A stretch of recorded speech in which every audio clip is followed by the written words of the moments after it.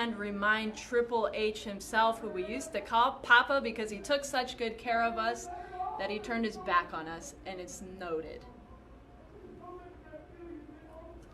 Bayley's in trouble. Nowhere to go. Charlotte looking for the win. Looking for the championship title.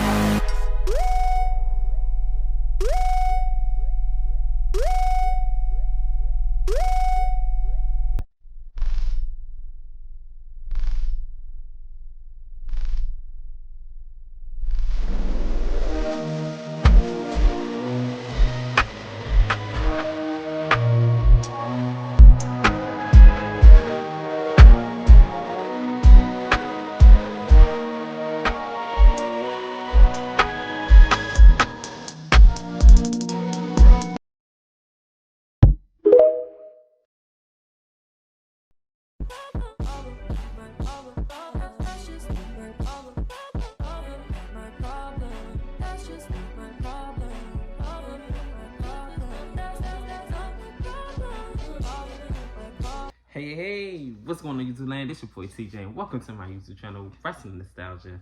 And here, I want to talk about Bayley's Women's Championship reign. Whew.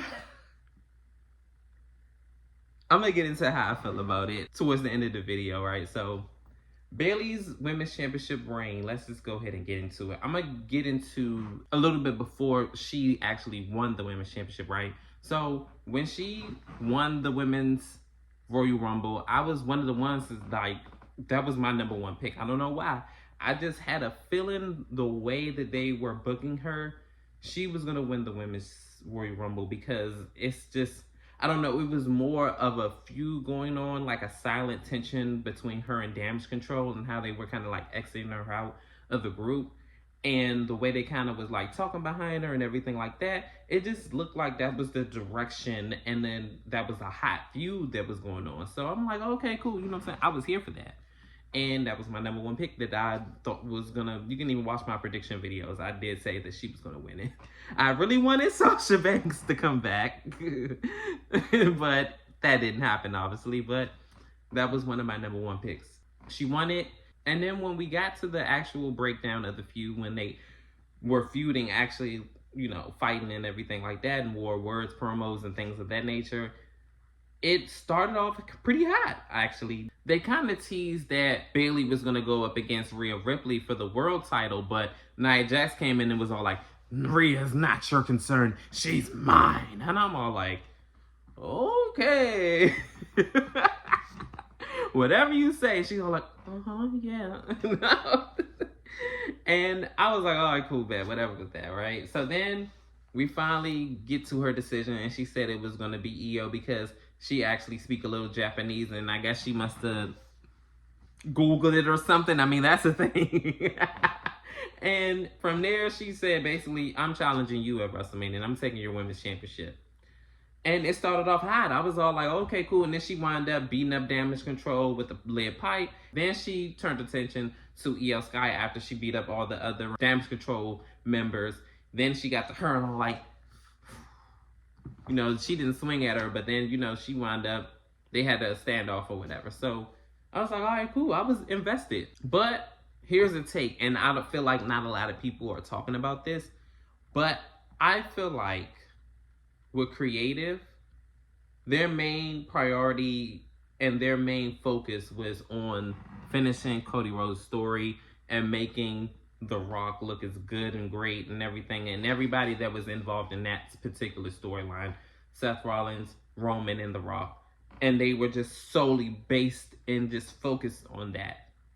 So then Bayley's storyline with Io fell to the wayside. So that's why sometimes they weren't even on TV sometimes. And I'm just like, this is a big women's program feud. Why is this not being like a thing? Like, what are y'all doing here? So after a while, it just kind of fell flat. And then they were trying to do the best they could. They even had like a brawl backstage or whatever where Io was talking about how Bayley was an afterthought and everything like that. Hence the thumbnail that I have on my cover video And I just feel like that Bayley could have done so much more, but like I said, they just didn't give her a whole lot to work with. But then let's go ahead and get into her actual pay-per-view championship win. She won the women's championship in an excellent match. Like, no crumbs was left. She actually did a really good job outside of the lackluster build that they had.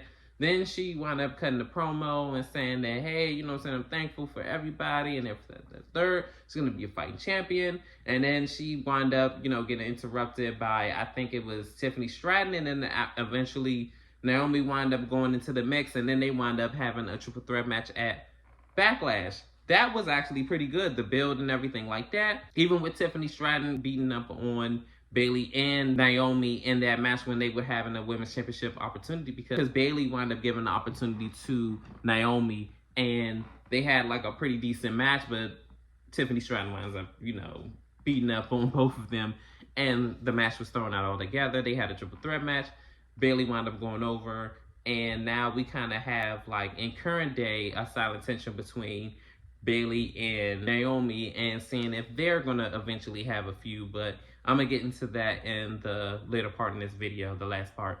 But she wound up having a feud with, after that particular segment wrap, I want to say it was Clash at the Castle. She wound up having a feud with Piper Niven, which for obvious reasons was because we were in Piper Niven's homeland, and that's why we had a feud with them too. And of course, we all knew that Piper Niven wasn't going to win because the feud between Bayley and Nia Jax was on the horizon, and we already knew that it wasn't going to be Piper Niven in that SummerSlam conversation. I mean, duh. I mean, Bayley's the bigger name. So that was the name of that tune. So she wound up going over Piper Niven, and eventually we get to Nia Jax versus Bayley for the women's championship. The match could have been a little bit better, I'm not going to lie, but it wasn't a horrible match at all. Bayley always puts her best foot forward as far as in-ring talent. Her strong suit never was really promos. She has a glimmer of, like, good promos when she really, really gets into it. But her best promos was when she was heel. I'm not going to lie. She was eating up on the mic. You hear me? She was eating them up on the mic. When you really let her let loose, like at first in the beginning, she just was kind of quiet and all like whatever. You know, it's kind of the nonchalant heel thing.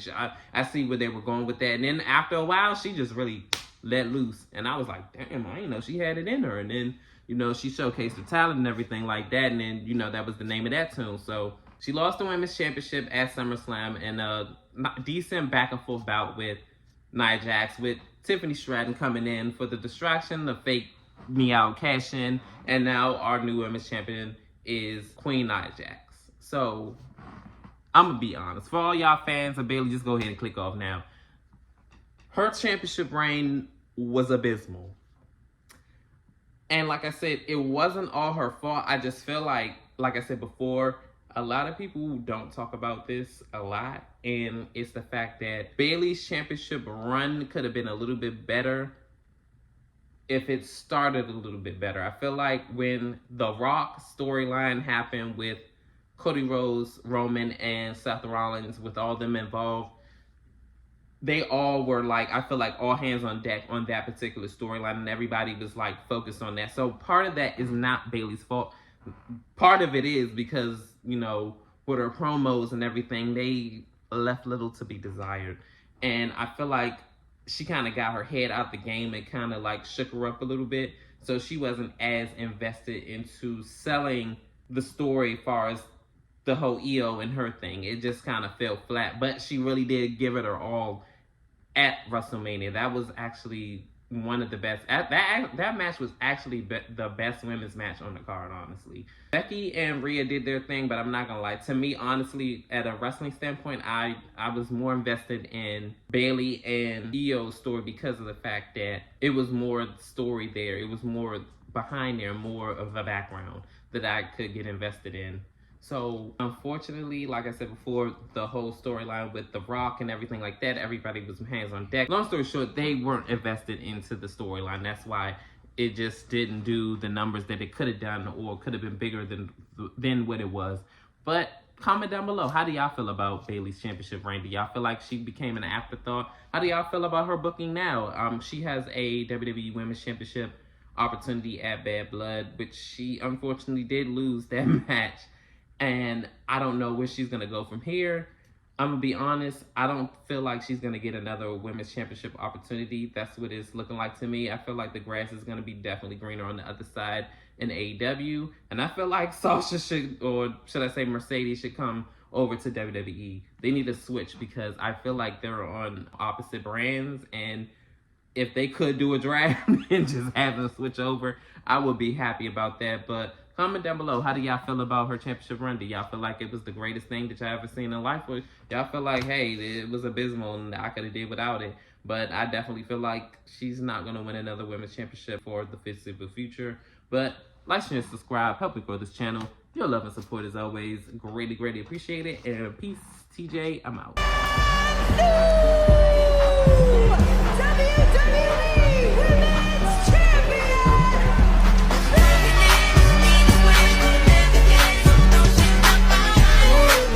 That's my baby.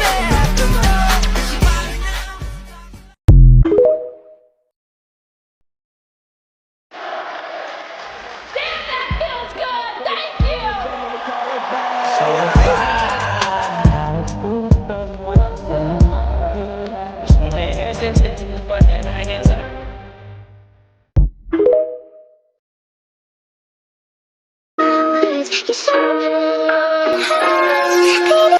you!